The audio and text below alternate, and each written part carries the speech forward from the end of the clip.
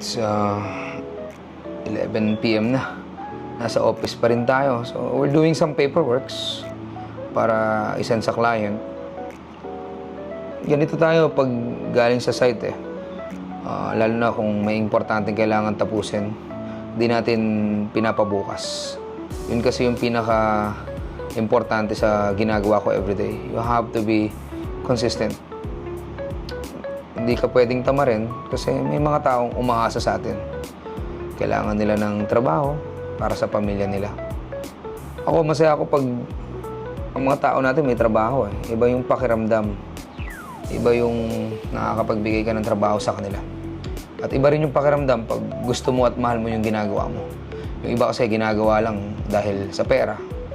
Pero hindi nila naiintindihan na ang pinaka-importante sa lahat yung masaya ka at nag-i-enjoy ka sa ginagawa mo.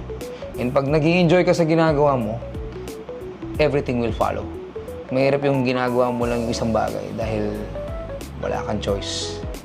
Tandaan mo, everyday, piliin nating maging masaya para humaba yung buhay natin. Ito ulit si Tito Sai. Nalimutan ko kung ano sasabihin ko. Hindi ko na alam.